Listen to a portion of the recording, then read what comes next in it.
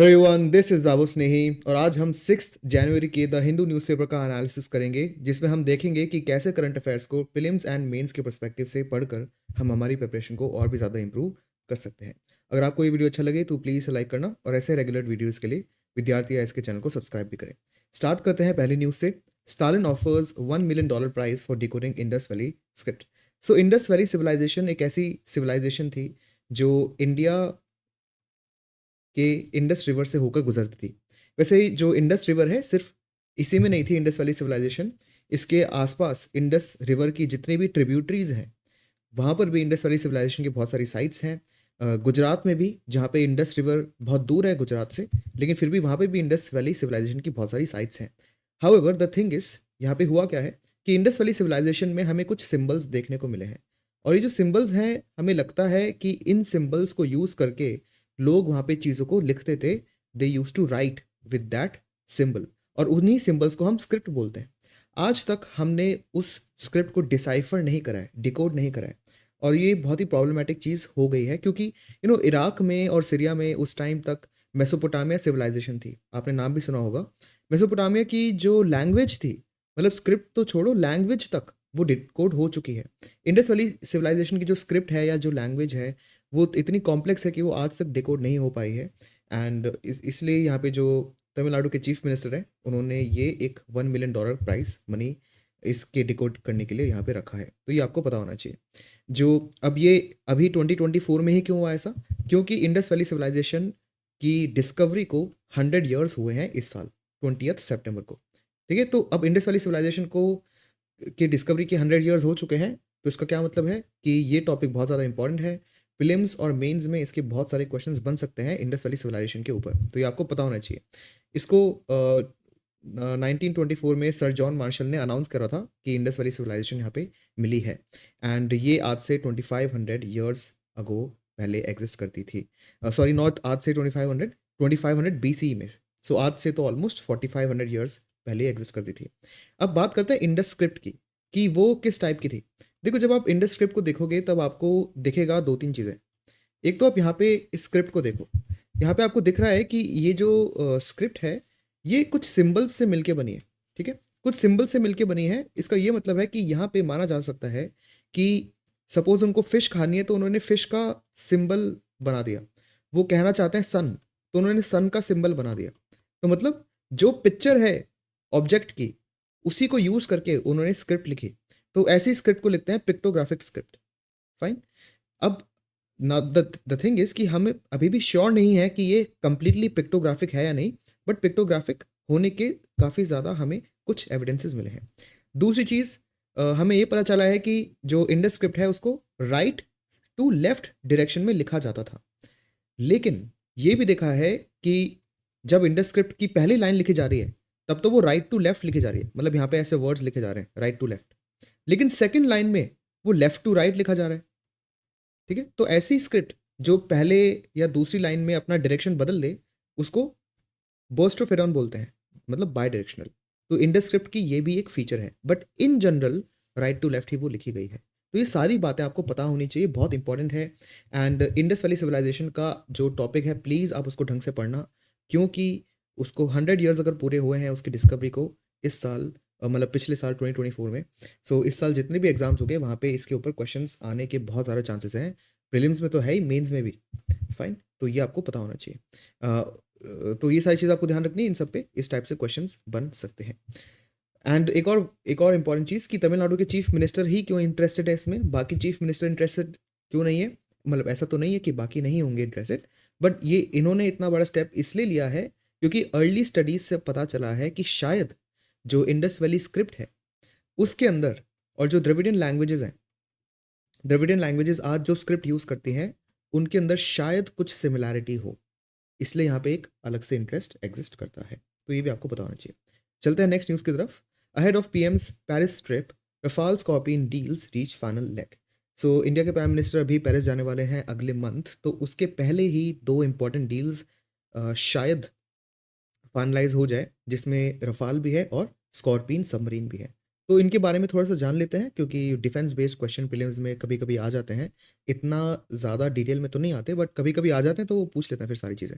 ठीक है। सो रफाल जो जेट्स हैं, पहली बात तो वो इंडिया ऑलरेडी उनको ऑर्डर कर चुका है। 36 हमने ऑर्डर करे थे और ये हमने फ्रांस से इंपोर्ट करे हैं डायरेक्टली। फाइन। लेकिन अब क्या है, अब एक और डील हम कर रहे हैं 26 रफाल एम फाइटर जेट्स की। ठीक है, वो हमने नॉर्मल रफाल लिए थे, ये रफाल एम है। तो ये आपको पता होना चाहिए कि दोनों डिफरेंट हैं और इनकी क्वांटिटी है 26। तो इसका नाम एम है, तो ये किस चीज़ के लिए काम में आता है? ये मेनली हम इंडियन नेवी एयरक्राफ्ट कैरियर के लिए यूज़ करेंगे। एयरक्राफ्ट कैरियर क्या होता है? एयरक्राफ्ट कैरियर आपको शायद पता होगा, नहीं तो एक बहुत बड़ी शिप ही है। एयरक्राफ्ट कैरियर एक बहुत बड़ी शिप है जो कि समुद्र में ऑब्वियसली स्टेशनड होती है और इसके ऊपर जो जेट्स आते हैं वो इसके ऊपर ही लैंड हो सकते हैं, बहुत सारे जेट्स। तो ऐसे ही बड़ी बड़ी शिप्स को बोला जाता है एयरक्राफ्ट कैरियर। तो इंडिया के नेवी के पास जो एयरक्राफ्ट कैरियर है, उनके लिए ये रफाल एम फाइटर जेट्स ले जा रहे हैं। ये प्रीलिम्स के लिए बहुत इंपॉर्टेंट क्वेश्चन है क्योंकि वो डायरेक्टली बोल देंगे, एक स्टेटमेंट लिखा होगा कि रफाल एम जो एयरक्राफ्ट्स हैं ये एयरफोर्स के लिए। बट ऐसा नहीं है, एयरफोर्स के पास तो रफाल हम ऑलरेडी दे चुके हैं।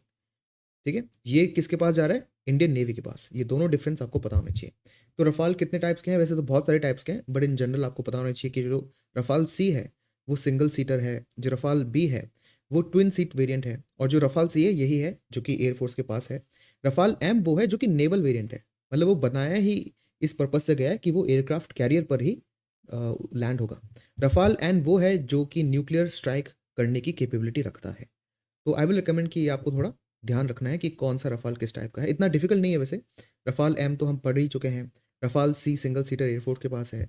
एन का मतलब न्यूक्लियर होता ही है, तो ये बेसिक चीज़ है, इतना डिफिकल्ट नहीं है। दूसरी चीज़, यहाँ पे 3 additional Scorpene class conventional submarine की भी बात हो रही है। तो ये एक सबमरीन है सिंपल, और ये अटैक सबमरीन है। स्कॉर्पिन क्लास क्यों बोला गया इसको? क्योंकि एक सबमरीन थी स्कॉर्पिन, उसी से मिलती जुलते, और या उसी का जो ब्लूप्रिंट है उसमें थोड़े से चेंजेस करके या उसी को एडवांस करके जो नई सबमरीन बनाई जा रही है।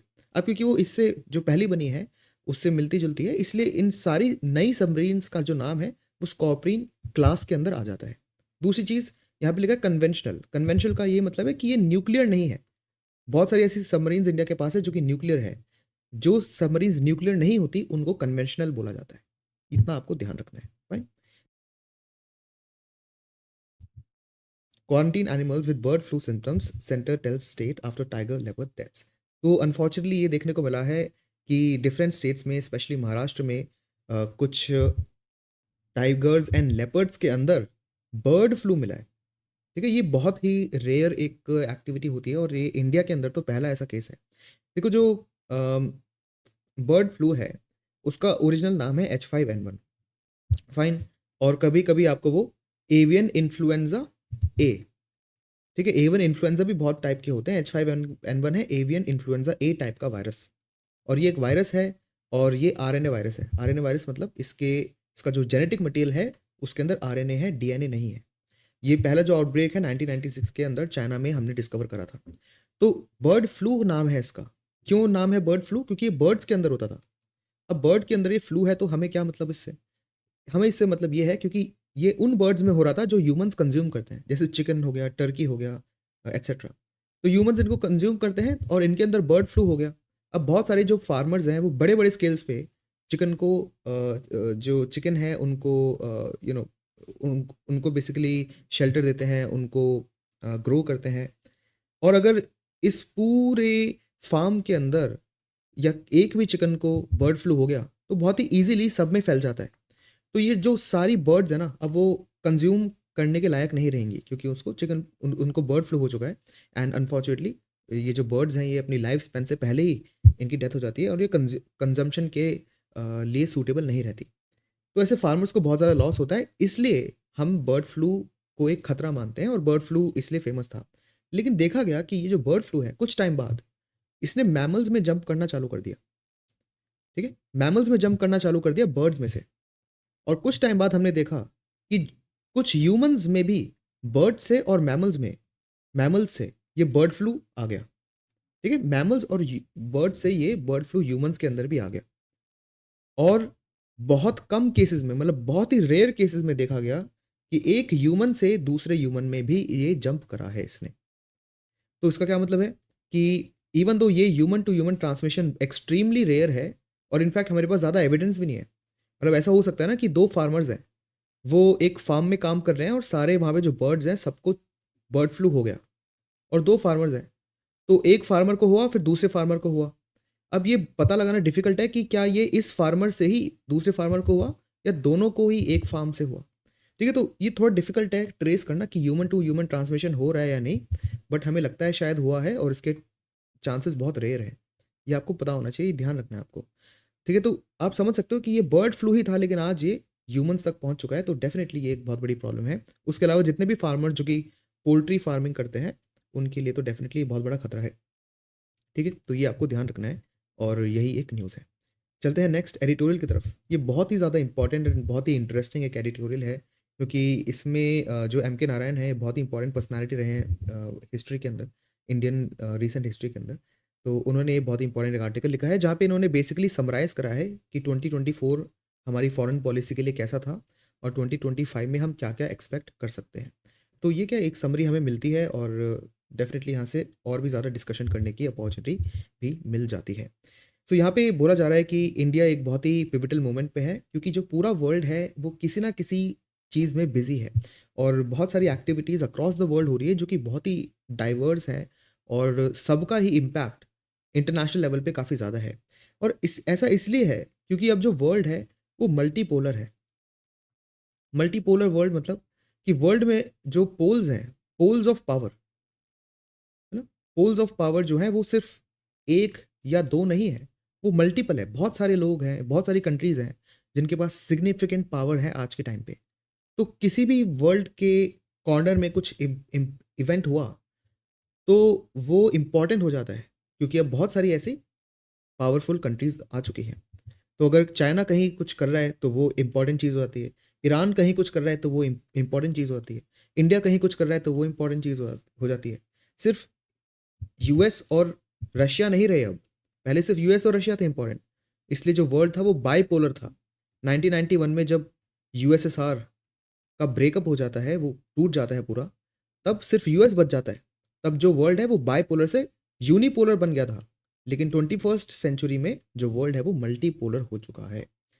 नाउ ग्लोबल चैलेंजेस क्या रहे 2024 में? यूक्रेन कॉन्फ्लिक्ट जो है वो ख़त्म नहीं हुआ, 2022 से वो चले ही जा रहा है एंड अभी भी ग्राउंड लेवल पे बहुत सारा जो रीजन है वो रशिया ने ऑक्यूपाई कर लिया है और बाकी कुछ रीजन जो है वो यूक्रेन ने शायद फ्री भी करा लिया।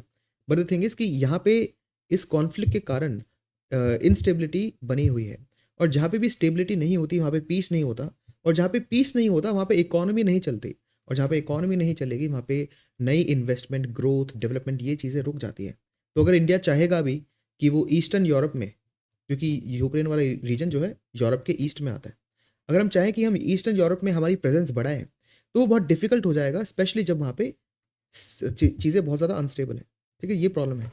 दूसरी चीज़, जो मिडल ईस्ट रीजन है वो भी 2024 में बहुत ही ज़्यादा एक्टिव रहा नेगेटिव न्यूज़ के कारण, स्पेशली इसराइल और पैलेस्टीन का जो कॉन्फ्लिक्ट है वो अभी भी जारी है एंड कोई भी ऐसे साइंस दिख नहीं रहे कि वो डी एस्केलेट हो। सेकेंडली 2025 ईयर में इंडिया को क्या एक्सपेक्ट करना चाहिए?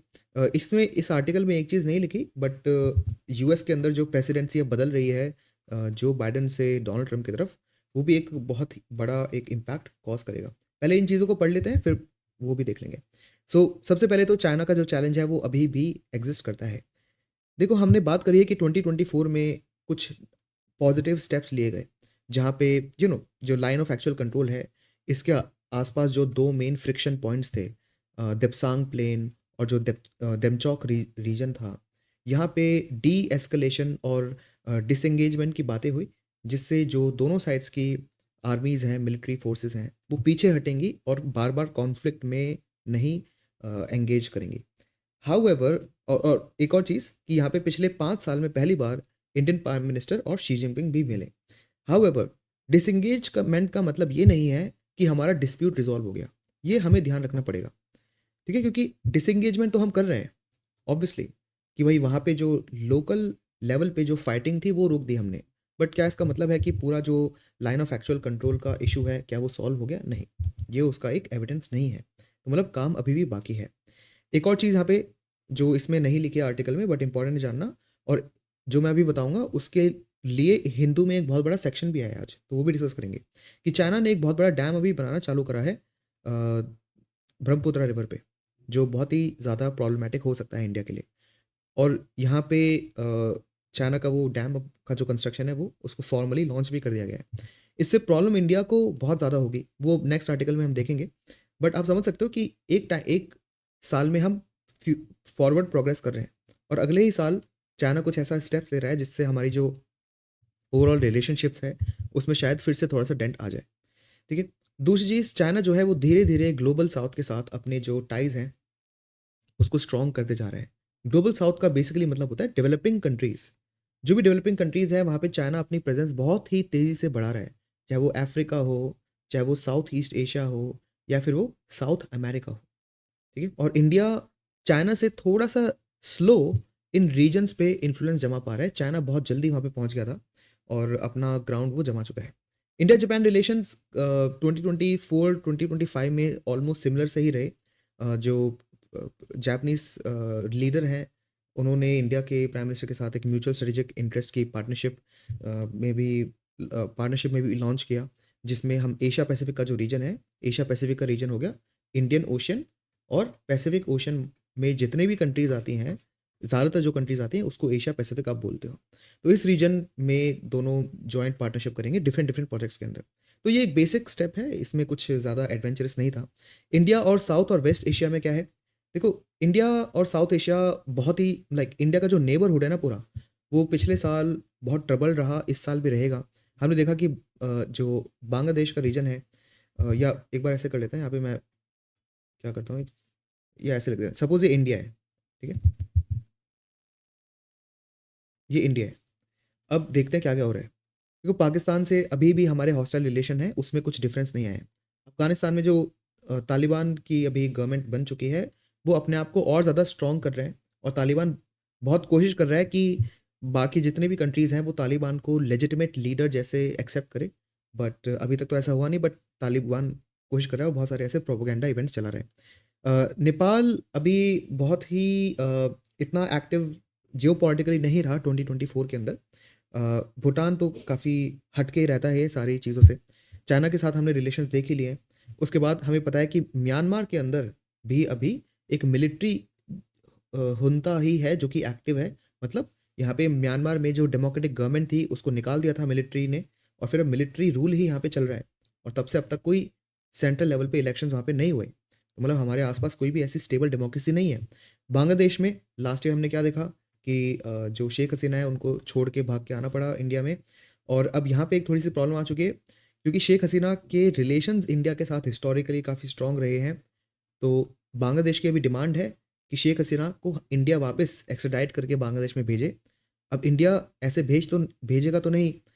तो क्या ये जो टॉपिक है ये बांग्लादेश और इंडिया की रिलेशनशिप को डिटीरियोरेट करता है फ्यूचर में, ये देखने की बात रहेगी।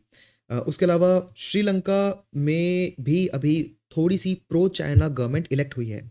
लेकिन क्या करा श्रीलंका की गवर्नमेंट ने कि यहाँ पे जो प्रेसिडेंट है वो पहले इंडिया आए, उसके बाद अब चाइना जाएंगे। मतलब उसके बाद चाइना गए वो अपनी पहली ऑफिशियल विजिट में। सो ये एक जो उन्होंने ट्रेडिशन को फॉलो करा कि हिस्टोरिकली जो श्रीलंका के प्रेसिडेंट थे वो इलेक्ट होने के बाद पहले इंडिया आते थे, उसको उन्होंने भी फॉलो करा, इवन दो उनकी गवर्नमेंट थोड़ी सी प्रो चाइना थी। तो यहाँ पे मतलब कुछ नेगेटिव एस्पेक्ट्स थे बट कुछ पॉजिटिव एस्पेक्ट्स भी हैं। और एक और प्रॉब्लम ये है कि श्रीलंका में जो तमिल माइनॉरिटीज़ हैं उन पे ज़्यादा फोकस शायद अभी की जो गवर्नमेंट वहाँ पे इलेक्ट हुई है वो शायद ना करे। ये भी एक चीज़ आपको ध्यान रखनी पड़ेगी। मालदीव्स में भी प्रो चाइना गवर्नमेंट एग्जिस्ट करती है, वहाँ पे बहुत टाइम से इंडिया आउट मूवमेंट चल रहा है। सो ये आपको पता चल गया कि हमारे नेबरहुड की हालत किस तरह से है। तो जो बहुत टाइम से हम नेबरहुड फर्स्ट वाली पॉलिसी चला रहे हैं उसको इम्प्लीमेंट करना काफ़ी डिफिकल्ट हो रहा है, क्योंकि आसपास हमारी जो डेमोक्रेसीज़ हैं वो स्टेबल नहीं है, या फिर जो उनका आउटलुक है थोड़ा सा डिफरेंट है। फाइन, तो ये जानना काफ़ी ज़रूरी होता है कि इंडिया का नेबरहुड कैसा है। तो अब आप ये भी एक्सपेक्ट कर सकते हो कि 2025 में चीज़ें कैसे होने वाली है। सो बांग्लादेश से डेफिनेटली जो पोटेंशियल इंस्टेबिलिटी वहाँ पे देखी गई है रिसेंटली। श्रीलंका भी इंडिया का फेयर वेदर फ्रेंड्स है। फेयर वेदर फ्रेंड्स मतलब कि जब मौसम अच्छा है तब हम अच्छे दोस्त हैं, लेकिन जब कठिनाइयाँ आती है और डिफ़िकल्टीज आती हैं तब श्रीलंका और इंडिया साथ में कोऑपरेट नहीं कर पाते। और यही प्रॉब्लम है यहाँ पे।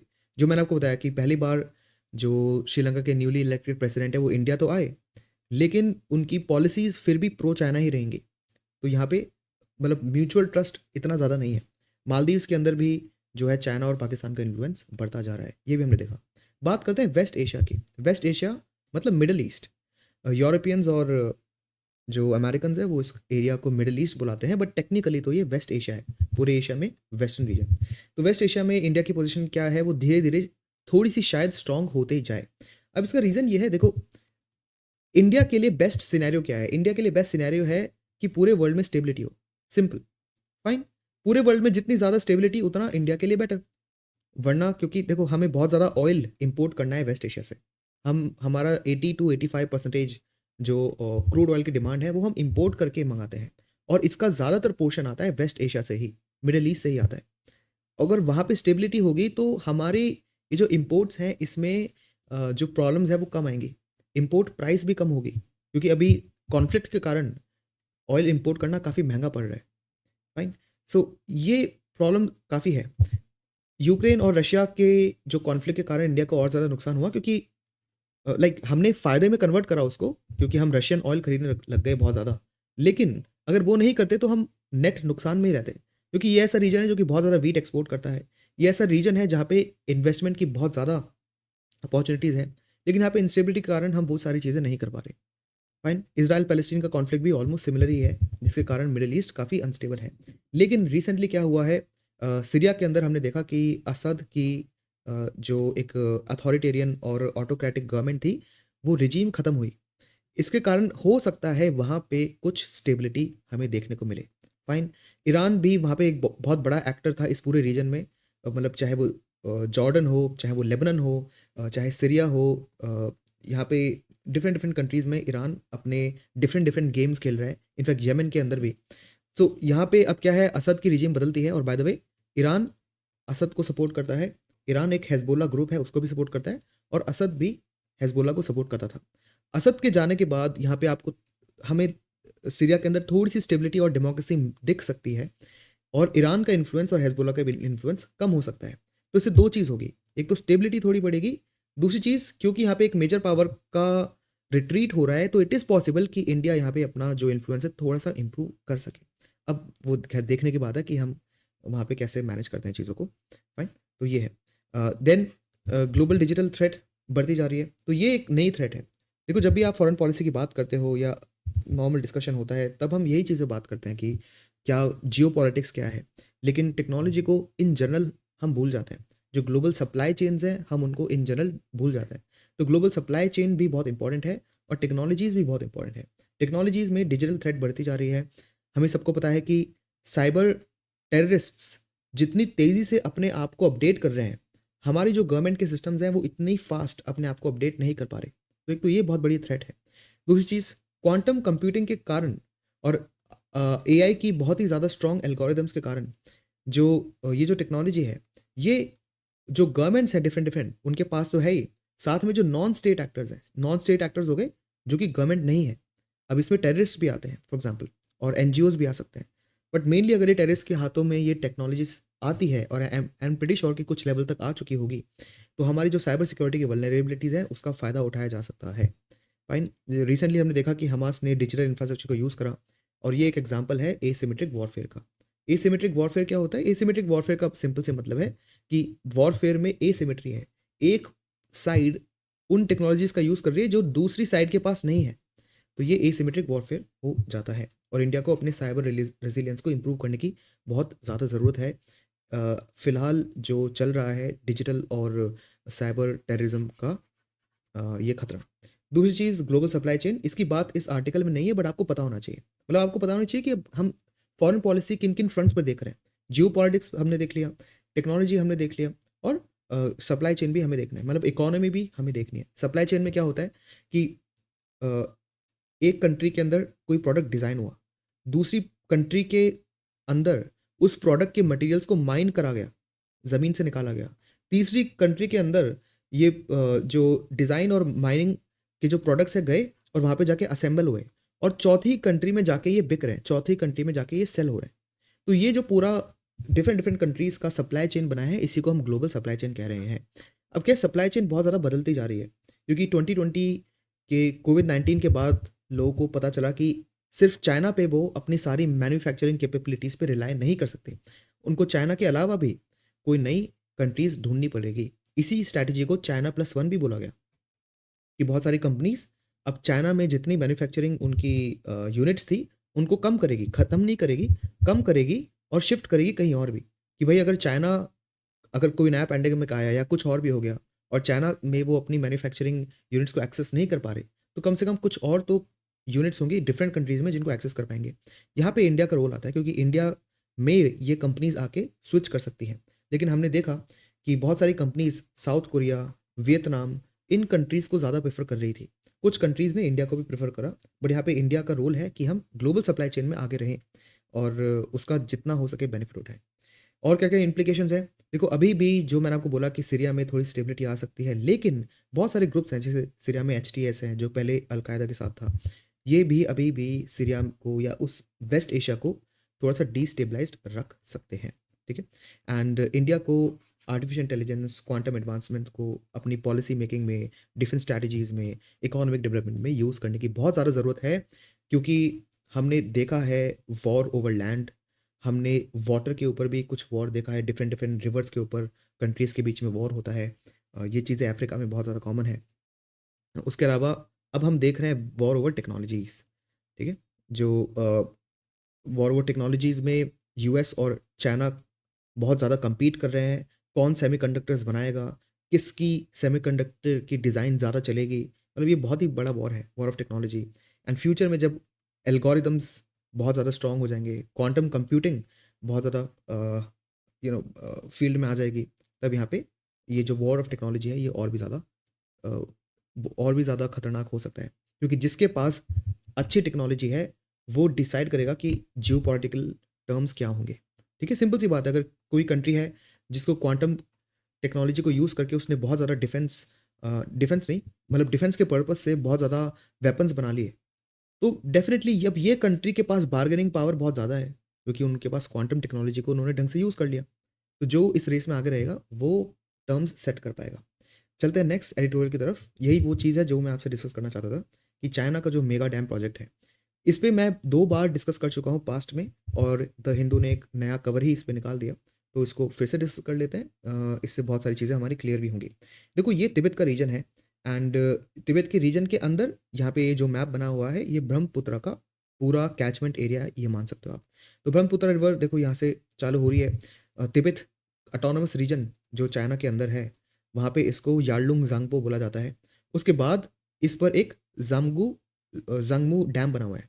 आई विल रिकमेंड आप इसका नाम ध्यान रखो, क्योंकि ब्रह्मपुत्रा पे डैम बन रहा है। तो ब्रह्मपुत्रा पे क्या ऑलरेडी चाइना डैम बना चुका है, वो आपको थोड़ा ध्यान रखना पड़ेगा, क्योंकि प्रीलिम्स ना ऐसे ही क्वेश्चंस पूछ रहा है। तो मतलब एक चीज़ न्यूज़ में है और उससे रिलेटेड कुछ और पूछ लेता है वो। तो ये आपको ध्यान रखना है। तो ज़ंगमू डैम किस पर है? ब्रह्मपुत्रा में, और वो है चाइना के अंदर या फिर तिब्बत में। दूसरी चीज़, ये ब्रह्मपुत्र रिवर यहाँ पे आके कर्व बनाती है एक, और उसके बाद अरुणाचल प्रदेश में वो एंटर होती है। क्योंकि यहाँ पे जो हिमालयाज़ है ना, वो भी ऐसे कर्व बना रहे हैं। तो यहाँ पे ब्रह्मपुत्रा भी टर्न हो जाती है, एंड यहाँ पे वो एंटर करती है। फिर इस साइड से लोहित रिवर आके मिलती है, लेफ्ट साइड से। राइट साइड से यहाँ पे इंडिया में सुबनसिरी रिवर है, मानस रिवर है, ठीक है?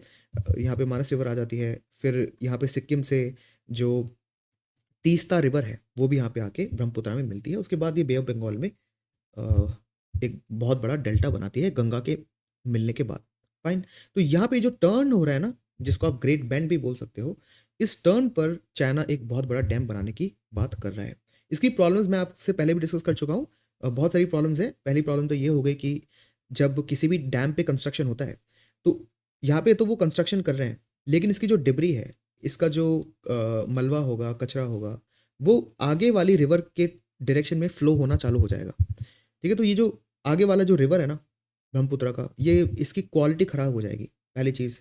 दूसरी चीज़, ये जो डैम है, ये बहुत ही अनस्टेबल जगह है, क्योंकि यहाँ पे जो अर्थक्वेक प्रोन ये एक रीजन है, एंड पूरा हिमालयन रीजन ही बहुत ज़्यादा अर्थक्वेक प्रोन है। अ, तो इसलिए ये अर्थक्वेक प्रोन है, तो यहाँ पे डैम बहुत बड़ा है। पहली बात तो डैम छोटा भी नहीं है, बहुत बड़ा है, इनफैक्ट चाइना का सबसे बड़ा डैम है ये।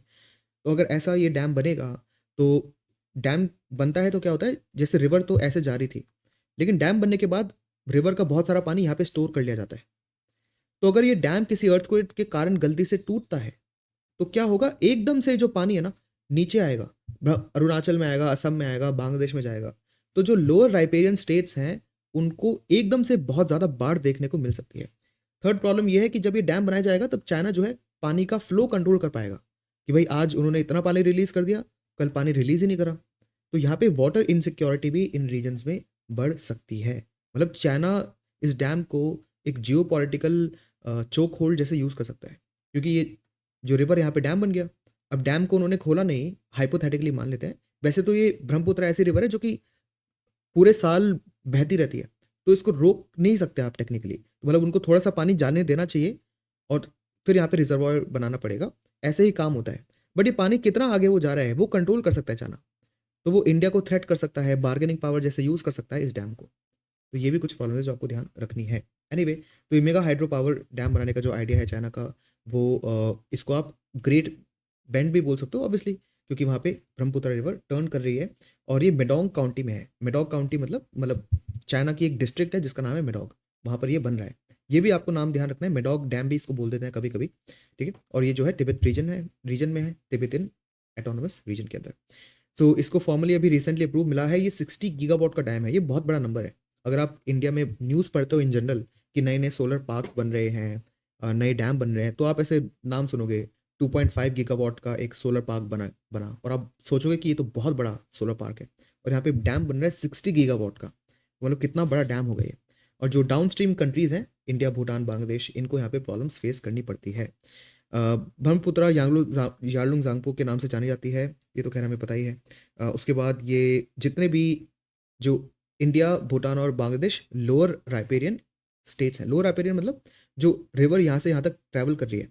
अब इसके बीच में बहुत सारी कंट्रीज आ गई, एक कंट्री यहाँ, दूसरी कंट्री यहाँ, तीसरी कंट्री यहाँ, चौथी कंट्री यहाँ।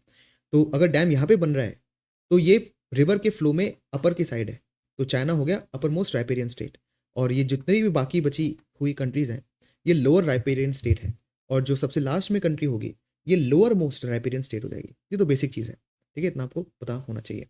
फिर जो रिवर सिस्टम है ये एक ऐसी जगह पे बन रहा है जो जियोपॉलिटिकल कंपटीशन का एक बहुत बड़ा टॉपिक बन सकता है। जो मेगा डैम्स होते हैं इन जनरल इंडिया में नहीं और चाइना में ही नहीं, ऑल ओवर द वर्ल्ड जो मेगा डैम्स हैं उनको स्ट्रेटेजिक एसेट्स जैसे ही ट्रीट करा जाता है। मतलब चाइना बोल सकता है कि वो डैम बना रहे हैं यहाँ पे इरिगेशन प्रोवाइड करने के लिए, वाटर सप्लाई के लिए, बट डेफिनेटली उनके दिमाग में ये भी है कि वो इसको एक स्ट्रेटेजिक एसेट जैसे यूज़ करेंगे। क्यों? क्योंकि देखो हिस्टोरिकली इन डैम्स को वाटर बॉम्ब्स बोला गया है या फिर वाटर वॉर्स भी बोला गया है, क्योंकि डैम बनाने के बाद इस रिवर का फ्लो वो कंट्रोल कर सकते हैं। और डैम को अगर एकदम से खोल दिया तो बाढ़ आ जाएगी, डैम को पूरा बंद कर दिया तो ड्राउट पड़ जाएगा, सूखा पड़ जाएगा। मतलब दोनों तरह से ही जो ऊपर वाली कंट्री है उसको थोड़ा फायदा, ठीक है। तो चाइना का डोमिनेंस यहाँ पे काफ़ी ज़्यादा है। देखो तिब्बत, चाइना जो है वो तिब्बत के बहुत सारे रिवर्स को कंट्रोल करती है ऑलरेडी। फॉर एग्जाम्पल उन्होंने 3 गॉर्जेस डैम बना रखा है यांगत्से रिवर पे। अब ये न्यूज़ में है क्योंकि 3 गॉर्जेस डैम चाइना का सबसे बड़ा डैम्स में था, यांगत्से रिवर पे है ये। यांगत्से रिवर वही है जो कि वुहान से होकर गुजरती है, और वुहान क्यों फेमस था? कोविड-19 के कारण। वेल नोटोरियस बोलना चाहिए फेमस की जगह। ये दूसरी चीज़, यालुंग जांगपो पे ऑलरेडी एक जांगमू डैम भी है। तो ये दोनों आपको नाम ध्यान रखने पड़ेंगे, क्योंकि प्रीलिम्स में ऐसे क्वेश्चंस बन सकते हैं, बिल्कुल बन सकते हैं, क्योंकि ये डैम बहुत टाइम से प्लेसेस इन न्यूज़ का पार्ट है ही, ठीक है, तो आपको ध्यान रखना है। तो ये जो मेडॉक डैम अभी बनेगा, इसमें जो सरफेस वाटर फ्लो है वो डेफिनेटली खतरे में है। क्यों है ऐसा, वो मैंने आपको बता दिया, फ्लड के कारण और ड्राउट के कारण। दूसरी चीज़, मानसून पैटर्न जो है इस पूरे हिमालयन रीजन के बहुत ज़्यादा डिफिकल्ट होते जा रहे हैं प्रेडिक्ट करना क्लाइमेट चेंज के कारण। तो यहाँ पे क्या होने वाला है वो फ्यूचर में ही पता चलेगा। एंड इस डैम के कारण जो ऑलरेडी क्लाइमेट चेंज से ग्लेशियर्स को डैमेज हो रहा है, कहीं वो और ज़्यादा एक्सट्रीमली ना हो।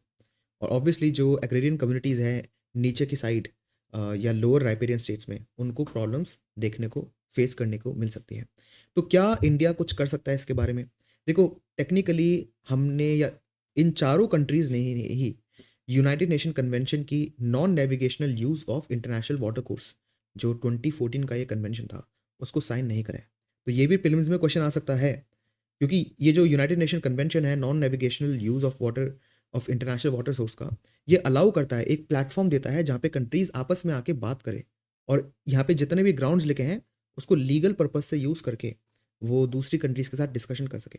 बट इन चारों में से कोई भी कंट्री ने इसको साइन नहीं कर रखा तो वो इसका फ़ायदा नहीं उठा पाएंगे, पहली बात। दूसरी चीज़, 2006 में एक बनी तो थी एक्सपर्ट लेवल मैकेनिज्म चाइना और इंडिया के बीच में, जिसमें ये लिखा था कि जो चाइना और इंडिया है अपनी रिवर्स का डेटा शेयर करेंगे, बट ये कोई बाइंडिंग ट्रीटी बनाने की बात नहीं करता। तो ये जो हमारे पास लीगल ऑप्शंस है वो काफ़ी कम है। दैट मीन्स कि चाइना का ये जो डैम है ये बन ही जाएगा। चलते हैं नेक्स्ट न्यूज़ की तरफ। 4 lane Banihal bypass opens in Jammu and Kashmir Ramban. So अभी रिसेंटली अनाउंस किया गया है कि एक 4 लेन यहाँ पे बनिहाल बाईपास बना है जो कि नेशनल हाईवे 44 के साथ जुड़ा हुआ है। ठीक है, इतना आपको पता होना चाहिए। और नेशनल हाईवे 44 जो है वो इंडिया का सबसे बड़ा हाईवे है और ये श्रीनगर से कन्याकुमारी तक एग्जिस्ट करता है। तो इतनी सी न्यूज़ है ये बेसिकली, लेकिन क्योंकि बनिहाल बाईपास न्यूज़ में आ गया तो ये आपको जानना ज़रूरी है कि बनिहाल का ये जो पास है ये कश्मीर वैली को बाकी जो आउटर हिमालय साउदर्न प्लेन्स हैं उनसे कनेक्ट करता है। मतलब पास क्या होता है कि ये एक बहुत बड़ी माउंटेन रेंज है, ठीक है, और एक दूसरी बड़ी माउंटेन रेंज है। अब इनके बीच में एक छोटा सा गैप एग्जिस्ट करता है। ऐसा ये छोटा सा गैप एग्जिस्ट कर गया ना, इस गैप को ही आप पास बोलते हो, सिंपल माउंटेन पास। तो बनिहाल एक जगह है जहाँ पे पास एग्जिस्ट करता है और जो बनिहाल पास है ये पंजल रेंज के अंदर ही है। ठीक है, ये आपको ध्यान रखना है, पीर पंजल रेंज के अंदर है और यहाँ पे ये कश्मीर वैली को बाकी जो आउटर हिमालयन रीजन्स हैं उनसे कनेक्ट करता है। ये 2-3 चीज़ आपको ध्यान रखनी है, इन सब पे प्रीलिम्स में क्वेश्चन बने हैं, फ्यूचर में भी बन सकते हैं। चलते हैं नेक्स्ट और लास्ट न्यूज़ पे। यहाँ पे एक ये केस स्टडी है, ये ऐसी केस स्टडी है जिसको आप मेंस के अंदर ऐसे के अंदर यूज़ करोगे, इसको आप इंटरव्यू के अंदर बोलोगे भी। उसके अलावा इस केस स्टडी को आप यूज़ करोगे, वेल बेसिकली आप इसको जो एनवायरनमेंट है GS3 के अंदर उसके अंदर भी यूज़ कर सकते हो, GS1 के अंदर ज्योग्राफी है उसके अंदर भी यूज़ कर सकते हो। ठीक है, तो उस पर्सपेक्टिव से ये यूज़फुल है। यहाँ पे हुआ क्या था, यहाँ पे हुआ ये था कि जो साउथ अफ्रीका की जो गवर्नमेंट है उन्होंने 2019 में एक प्रोजेक्ट लॉन्च करने की बात करी थी जहाँ पे वो और ज़्यादा कोल फायर्ड पावर स्टेशंस बनाने की बात कर रहे थे। मतलब जितना उनके पास, क्योंकि करंटली जो इलेक्ट्रिसिटी है वो ज़्यादातर हम कोल से ही बनाते हैं, तो कोल से जो इलेक्ट्रिसिटी बनने वाला जो प्लांट है उसका नंबर इंक्रीज करने की यहाँ पे बात की गई थी साउथ अफ्रीका गवर्नमेंट के द्वारा।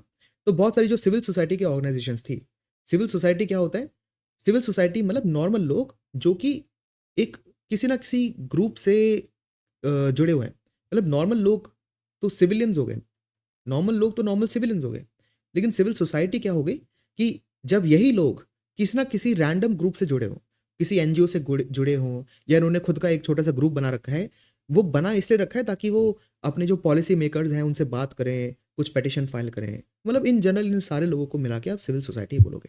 तो जो सिविल सोसाइटी ऑर्गेनाइजेशंस थी उन्होंने एक केस कर दिया साउथ अफ्रीका की गवर्नमेंट के अगेंस्ट कि आप ऐसा नहीं कर सकते और कोल फायर्ड प्लांट्स आप इंस्टॉल नहीं करोगे। और जो उनका कोर्ट है उन्होंने क्या करा, इन सिविल सोसाइटी ऑर्गेनाइजेशंस की बात भी मान ली। कोर्ट ने डिक्लेयर करा कि साउथ अफ्रीका का जो कॉन्स्टिट्यूशन है, ये जो प्लान है इस साउथ अफ्रीका के कॉन्स्टिट्यूशन से इनकंसिस्टेंट है, मतलब कॉन्स्टिट्यूशन के प्रिंसिपल्स को वायलेट कर रहा है और इसी के कारण इसको कैंसल कोल केस भी बोला गया। तो केस स्टडी में आप ये नाम यूज करोगे कि cancel coal case in South Africa और उसको 1-2 लाइन में आपको लिखना है, इससे आपको फायदा मिलेगा और इससे आप अपना पॉइंट प्रूव कर पाओगे। ठीक है, ये आपको ध्यान रखना होता है। तो आपका काम हो गया, बट आपको समझना पड़ेगा थोड़ी से प्रिंसिपल्स ताकि आप इसको सही जगह से यूज़ कर पाओ। एक्चुअली ये था कि कोर्ट ने ये बोला कि जो गवर्नमेंट का प्लान है वो साउथ अफ्रीकन्स की जो राइट्स है उनको ढंग से कंसिडर नहीं कर पाया। क्यों? क्योंकि जितना ज़्यादा कोल हम यूज़ करेंगे इलेक्ट्रिसिटी की जनरेशन के लिए उतना ज़्यादा कार्बन डाइऑक्साइड एमिशन होगा। सिर्फ कार्बन डाइऑक्साइड एमिशन नहीं होगा, साथ के साथ बहुत ज़्यादा डिफरेंट डिफरेंट पोल्यूटेंट्स भी निकलेंगे जो कि एयर क्वालिटी को भी ख़राब करेंगे। तो एयर क्वालिटी ख़राब होगी और एटमॉस्फेयर में कार्बन बढ़ेगा, जिसके कारण एक तो पोल्यूशन बढ़ रहा है, दूसरी चीज़ क्लाइमेट चेंज और ग्लोबल वार्मिंग भी और ज़्यादा होगी। ठीक है, तो इससे क्या है, जो नॉर्मल राइट्स हैं, बेसिक राइट्स हैं, right to life, right to free and healthy air, ये सारी चीज़ें वायलेट हो रही हैं। और ये सेक्शन 28 जो है साउथ अफ्रीका के कॉन्स्टिट्यूशन का, जो कि चिल्ड्रंस हेल्थ को प्रायोरिटाइज करने की बात करता है, उसका भी वायलेशन कर रहा था। इसलिए सुप्रीम कोर्ट इसलिए वहाँ पे जो कोर्ट है उन्होंने साउथ अफ्रीका की गवर्नमेंट को इस प्रोजेक्ट को आगे ले जाने से रोक दिया। तो ये एक बहुत बड़ा प्रेसिडेंस है जिसको डेफिनेटली फ्यूचर में इंडिया भी यूज़ कर सकता है या इंडिया के कोर्ट्स में भी इसको कोट करा जा सकता है फ्यूचर के अंदर। साउथ अफ्रीका की 77% जो एनर्जी है वो कोल से ऑलरेडी आती है। इंडिया में ये 50 to 50% है। ये नंबर आपको ध्यान रखना है कि इंडिया में 50 to 55% जो एनर्जी है वो कोल से ही डिराइव्ड है। ठीक है, इसको एनवायरमेंट जस्टिस भी बोला गया है। अब ये टर्म ना प्रीलिम्स पूछ लेता है, मतलब देखो कितनी सारी चीज़ें हैं इस आर्टिकल के अंदर। प्रीलिम्स ऐसे पूछ लेगा कि एनवायरमेंट जस्टिस की बेस्ट डेफिनेशन बताओ, मतलब वो 4 डेफिनेशन देगा आपको और चारों आपको डेफिनेशंस पढ़ के लगेगा कि चारों सही है, लेकिन उनमें से एक होगी जो सबसे ज़्यादा सही होगी। मतलब चारों सही है बट एक ऐसी है जो सबसे ज़्यादा सही है। तो ऐसे क्वेश्चंस वो पूछ लेते हैं, तो ये आपको पता होना चाहिए कि एनवायरमेंटल जस्टिस एक्चुअली क्या है। अब इसका मतलब क्या है? देखो, होता क्या है कि जब भी कोई एनवायरनमेंट खराब होता है तो पुअर लोग बहुत ज़्यादा फेस करते हैं, लेकिन जो रिच लोग हैं उनकी क्वालिटी ऑफ लाइफ शायद इतनी खराब ना हो, पुअर लोगों की हो जाती है। अगर आप देख लो अभी दिल्ली में जो एयर पोल्यूशन बहुत ज़्यादा है, तब जब बहुत सारे जो थोड़े से रिच लोग हैं वो अपने घरों में है एयर प्योरीफायर उन्होंने खरीद रखा है, तो इतना डैमेज नहीं होगा। लेकिन जो पुअर लोग हैं, होमलेस हैं, उनके पास कोई और तरीका ही नहीं है। बहुत सारे जो फिजिकल लेबर करने वाले लोग हैं, वो तो पूरे दिन उनको बाहर काम ही करना है। सो उनकी तो हेल्थ बहुत ज़्यादा खराब हो जाएगी ना। तो मतलब यहाँ पे जो एनवायरमेंट के नेगेटिव इफेक्ट्स हैं, उनका बर्डन इन पे ज़्यादा है, इन पे नहीं है। और एनवायरमेंट अगर अच्छा होता है तो उसके बेनिफिट किसको मिल रहे हैं? अब आप खुद से सोचो, आप खुद सोचो कि एनवायरमेंट पॉजिटिव होने की क्या चीज़ हो गई। एक तो जैसे हमने बात करा कार्बन क्रेडिट्स की, जो क्लाइमेट चेंज की हमने बहुत सारे क्लासेस में डिस्कस करा था। कार्बन क्रेडिट्स की हमने बात करी।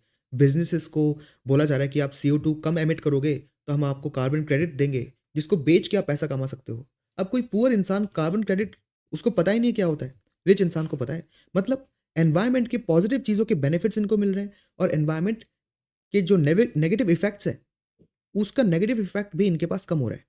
तो एनवायरमेंटल जस्टिस क्या करता है, वो ये इंश्योर करता है कि इंक्लूसिविटी हो हर चीज़ में।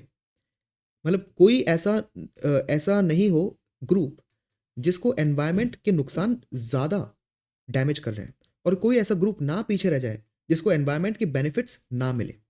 मतलब एनवायरमेंट के नुकसान किसी एक ग्रुप को ज़्यादा परेशान नहीं करनी चाहिए, और एनवायरमेंट के अच्छे बेनिफिट्स हर किसी में इक्वली बंटने चाहिए। इसको कहते हैं environmental justice.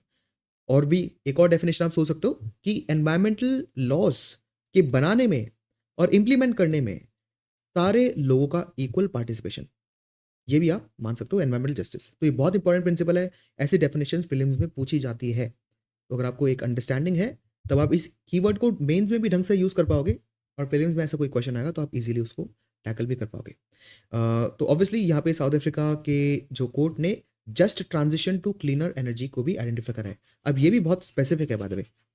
Transition to cleaner energy क्या हो गया कि जो हम अभी फॉसिल फ्यूल यूज़ कर रहे हैं, अब हम रिन्यूएबल एनर्जी को यूज़ करेंगे।